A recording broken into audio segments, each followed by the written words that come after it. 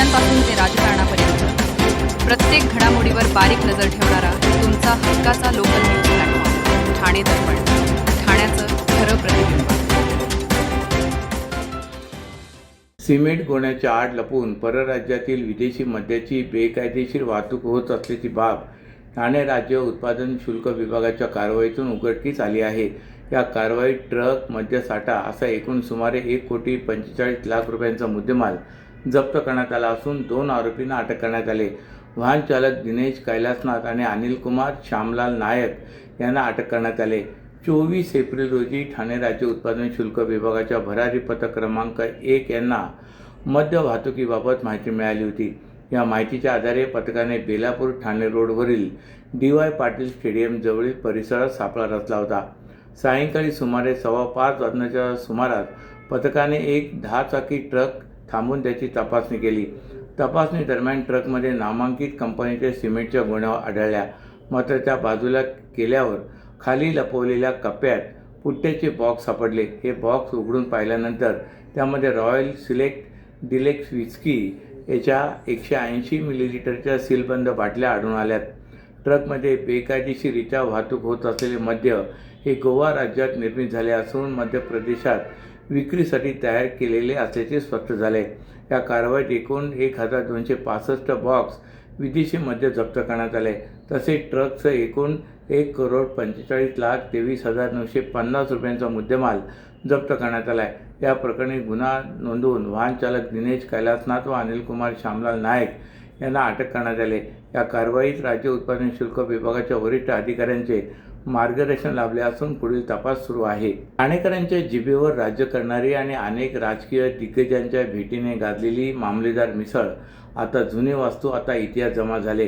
तहसीलदार कार्यालयाच्या पुनर्विकासामुळे प्रसिद्ध ठिकाण पाडण्यात आले असून या निमित्ताने शहराच्या खाद्य संस्कृतीतील एक महत्त्वाचा अध्याय संपल्याचे चित्र आहे. मामलेदार मिसळ परिसरातच दुसऱ्या वास्तूत सुरू करण्यात आले असले तरी जुने वास्तू आता ठाणेकरांच्या केवळ आठवणीत उरले आहे.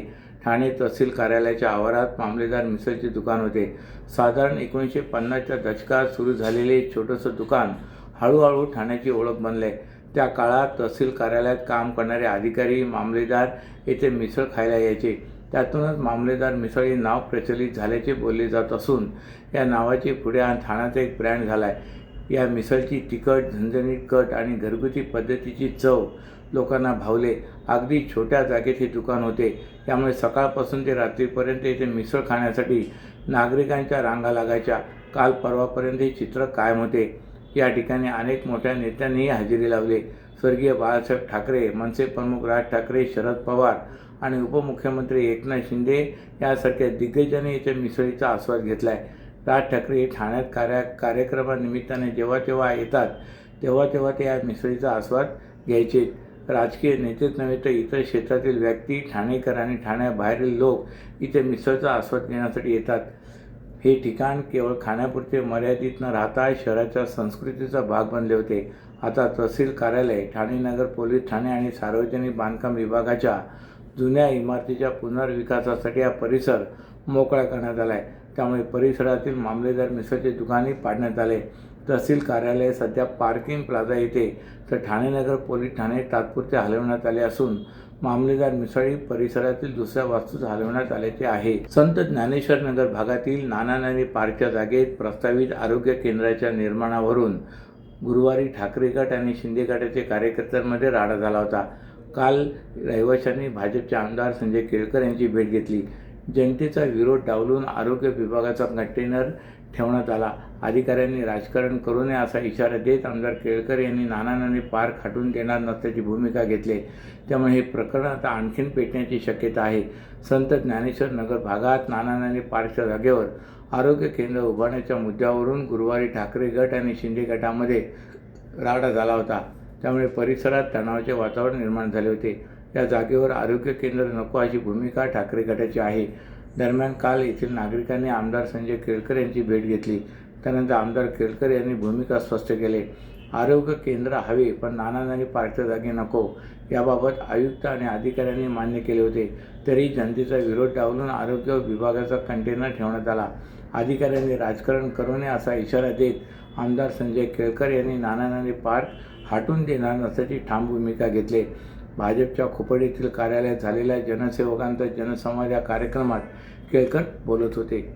सर्व नागरिकांना आवाहन करण्यात येत आहे की सध्या डासांमार्फत पसरणाऱ्या डेंग्यू या आजाराचा प्रसार रोखण्यासाठी प्रत्येकाने पुढीलप्रमाणे कार्यवाही करावी.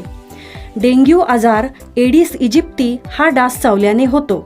या डासांची पैदास साचलेल्या किंवा साचवलेल्या स्वच्छ पाण्यामध्ये होते. 8 दिवसांपेक्षा जास्त दिवस पाणी उघडे व साचून राहिल्यास त्यात डास अंडी घालतात. अंड्यांच्या अळ्या तयार होऊन पुढे डास तयार होतात. यासाठी आपल्या घरातील पाणीसाठे उदाहरणार्थ बॅरल्स, पिंपे, टाक्या, हौद, रांजणे इत्यादी दर आठवड्याला रिकामे करून घासून पुसून कोरडे करून पुन्हा भरावे. 1 दिवस कोरडा दिवस म्हणून पाळावा.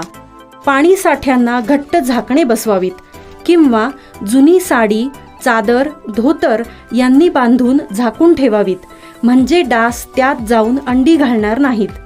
घराच्या गच्चीवर, आजूबाजूला, अंगणात कोठेही पाणी साचू देऊ नये. भंगार सामान उघड्यावर टाकू नये. उदाहरणार्थ टायर्स, प्लास्टिक सामान, कुंड्या, टाकाऊ वस्तू इत्यादी. अशा सामानात पावसाचे पाणी साठून त्यात डेंग्यूच्या डासांची पैदास होते. घरातील कूलर्स, फ्रीजच्या पाठीमागील ट्रे हे देखील वेळोवेळी कोरडे करावेत. लक्षात ठेवा, नुसत्या फवारणीने डास घनता कमी होत नाही, तर त्यासाठी डास पैदास ठिकाणे नष्ट करणे ही आपल्या सर्वांची जबाबदारी आहे. कोणताही ताप अंगावर न काढता जवळच्या शासकीय रुग्णालयात मोफत औषधोपचार घ्या. अशा प्रकारे नागरिकांनी सहकार्य केल्यास डेंग्यूचा प्रसार रोखणे सहज शक्य आहे. ठाणे शहरात सातत्याने वाढत असलेल्या बेकायदा फेरीवाल्यांविरोधात भाजपच्या महिला नगरसेविकांनी भाजीपाला, फळे आणि सुकी मच्छी विक्री करत जांभळी नाक्यावर आंदोलन केले. तसेच फेरीवाल्यांविरोधात कठोर कारवाई करण्याची मागणी केली. तसेच महापालिकेच्या महासभेत सातत्याने कारवाईची मागणी करूनही प्रशासनाकडून फेरीवाले हटवण्याकडे दुर्लक्ष केले जात असल्याबद्दल संताप व्यक्त केला आहे. तसेच फेरीवाल्यांना आश्रय देणारा हक्का कोण आहे असा सवाल केला आहे. भाजपच्या नगरसेविका नम्रता कोळी, प्रतिभा मडवी, मृणाल पेंडसे, उषा वाघ यांच्याबरोबर सुनील जोशी यांनी आंदोलनात भाग घेतला. आंदोलनात भाजपचे शहर उपाध्यक्ष जयेंद्र कोळी, विशाल वाघ यांचाही सहभाग होता. ठाण्यात बेकायदा फेरीवाल्यांचा प्रश्न गंभीर झाला आहे. दररोज कोर्ट नाका ते ठाणे रेल्वे स्टेशनपर्यंत प्रवासासाठी दररोज सकाळी व सायंकाळी अर्धा ते पाऊण तास लागतो. काही फेरीवाल्यांकडून दादागिरी केली जाते. या प्रश्नाकडे नगरसेविका नम्रता कोळी, मृणाल पेंडसे, प्रतिभाताई मडवी, सुनील जोशी यांच्यासह नगरसेवकांकडून आवाज उठवला जात होता. तर जांभळी नाका परिसरात बांगलादेशी नागरिकांचाही फेरीवाला म्हणून वावर असल्याचा आरोप नगरसेविका मृणाल पेंडसे यांनी केला आहे. महापालिकेत लोकप्रतिनिधींची राजवट आल्यानंतर सातत्याने 2 महासभांमध्ये फेरीवाल्यांविरोधात आवाज उठवण्यात आला, पण प्रशासनाकडून थातूरमातूर उत्तरे देण्यात आली. महापालिकेच्या बुधवारी झालेल्या महासभेची फेरीवाल्यांबाबत जोरदार चर्चा झाली होती. मात्र प्रशासनाकडून गेल्या 2 दिवसात काही कारवाई झालेली नाही. या पार्श्वभूमीवर भाजपच्या 5 नगरसेवकांनी जांभळी नाक्यावर काल सायंकाळी एकत्र येत अनोखे आंदोलन केले. अनेक वर्षापासून आम्ही फेरीवाले या विषयावरती जीव तोडून बोलतोय. दिवसेंदिवस अनधिकृत फेरीवाल्यांची संख्या वाढते. स्थानिक फेरीवाल्यांना आमचा विरोध नाहीये, पण जे बाहेरून येऊन फेरीवाले इकडे बसतात, जागा अडवतात आणि त्याचा नागरिकांना त्रास होतो, त्याच्या विरोधातलं हे आंदोलन आहे. आणि प्रशासनाला जाग यावी, त्यांना थोडी तरी लाज शरम वाटावी आणि रेग्युलर कारवाया व्हाव्यात आणि हा प्रॉब्लेम कायमचा सॉल्व्ह व्हावा, यासाठी आज एक अनोखं आंदोलन आम्ही इकडे करतोय. आम्ही स्वतःच फेरीवाले होऊन इकडे बसलेलो आहोत आणि येणाऱ्या काळामध्ये प्रशासनाने जर कडक कारवाया केल्या नाही तर अशाच प्रकारची आंदोलन आमच्याकडनं केली जातील.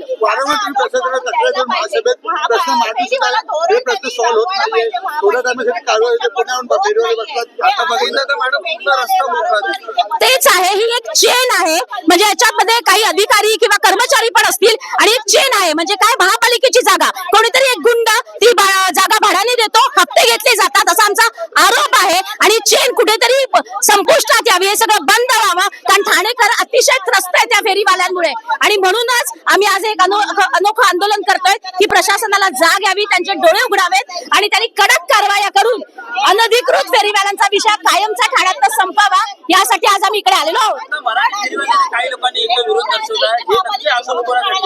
मी परत सांगते, आमची भूमिका नेहमी हीच राहिलेली आहे. स्थानिक फेरीवाल्यांना आमचा विरोध नाही. आमचा विरोध बाहेरून येणाऱ्यांना, ठाण्याच्या बाहेरून जी लोक येतात किंवा अनधिकृत फेरीवाले आहेत त्यांना आमचा विरोध आहे. कारण इथलेच कोणीतरी लोक त्यांना ही जागा ज्याचं भाडं घेतात, ही सगळी हप्ते वसुली चालू आहे. ही चेन आहे, सर्कल आहे आणि ते कुठेतरी आम्हाला मोडून काढायचं आहे आणि त्यासाठी आज एक अनोखं आंदोलन आम्ही इकडे करत आहोत. प्रतिकूल परिस्थितीत कोकणातील शेतकऱ्यांनी घेतलेल्या अस्सल हापूस आंब्याचे उत्पादन ठाणेकरांसाठी पुन्हा एकदा उपलब्ध झाले. संस्कार आणि कोकण विकास प्रतिष्ठान आयोजित 19व्या आंबा महोत्सव 1 ते 10 मे कालावधीत गावदेवी मैदानात आयोजित करण्यात आले असल्याची माहिती आयोजक तथा आमदार संजय केळकर यांनी दिली. आंबा महोत्सवात शेतकरी ते ग्राहक अशी थेट भेट होणार असल्याने ठाणेकरांना अस्सल हापूस आंबा वाजवी दरात चाखायला मिळणार आहे. महोत्सवात कोकणातील अस्सल हापूस, पायरी, रत्ना केसरी आंब्याबरोबरच आंबा फणस पोळी, सरबते, काजू, मालवणी मसाले, पापड, पोहे अशा विविध दर्जेदार कोकणी उत्पादनाचे 45 स्टॉल लावण्यात येणार आहेत. गेल्या काही वर्षात प्रतिकूल हवामानामुळे आंब्याचे उत्पादन घटत चालले. कोकणात एकूण 1,80,000 हेक्टर जमिनीवर आंब्याची लागवड केली जाते. 2023 साली कोकणातील आंब्याचे उत्पन्न 2,56,000 मेट्रिक टन होते. यातील 198 कोटी रुपयांची आंब्याची विक्री मुंबई व भारतभर केली गेली आणि 79 कोटी रुपयांचा आंबा निर्यात केला गेला. दरवर्षी उत्पन्न घटत जाऊन 2024मध्ये 1,28,000 मेट्रिक टन होते आणि 126 कोटीचा आंबा विकला गेला. तर 54 कोटीच्या आंब्याची निर्यात केली गेली. 2025मध्ये उत्पादन 1,10,000 मेट्रिक टन झाले असून 100 कोटी रुपयांची आंबा विक्री देशभर केली गेली. तर 45 कोटी रुपयांचा आंबा निर्यात केला गेला. यावर्षी अवेळी पडलेला पाऊस तसेच ढगाळ वातावरणामुळे काही ठिकाणी मोहर जळून गेला, तर काही ठिकाणी फळगळ झाली व थ्रिप्स रोग, तुडतुडा कीटकांच्या प्रादुर्भावामुळे 15%च आंबा पीक हाती यायला लागले. त्यामुळे मागील 11 वर्षापासून सातत्याने कोकणातील शेतकरी आर्थिक संकटात आहे. त्यामुळे या साऱ्या परिस्थितीचा चोखंदळ आणि समंजस ठाणेकर सहानुभूतीने विचार करेल व आपली जास्तीत जास्त खरेदी आंबा महोत्सवात करून कोकणातील शेतकऱ्यांना पाठबळ देईल असा विश्वास आमदार केळकर यांनी व्यक्त केला आहे. अशाच नव्या आणि ताज्या बातम्यांसाठी ठाणे दर्पणच्या पेजला लाईक करा आणि फॉलो करायला विसरू नका.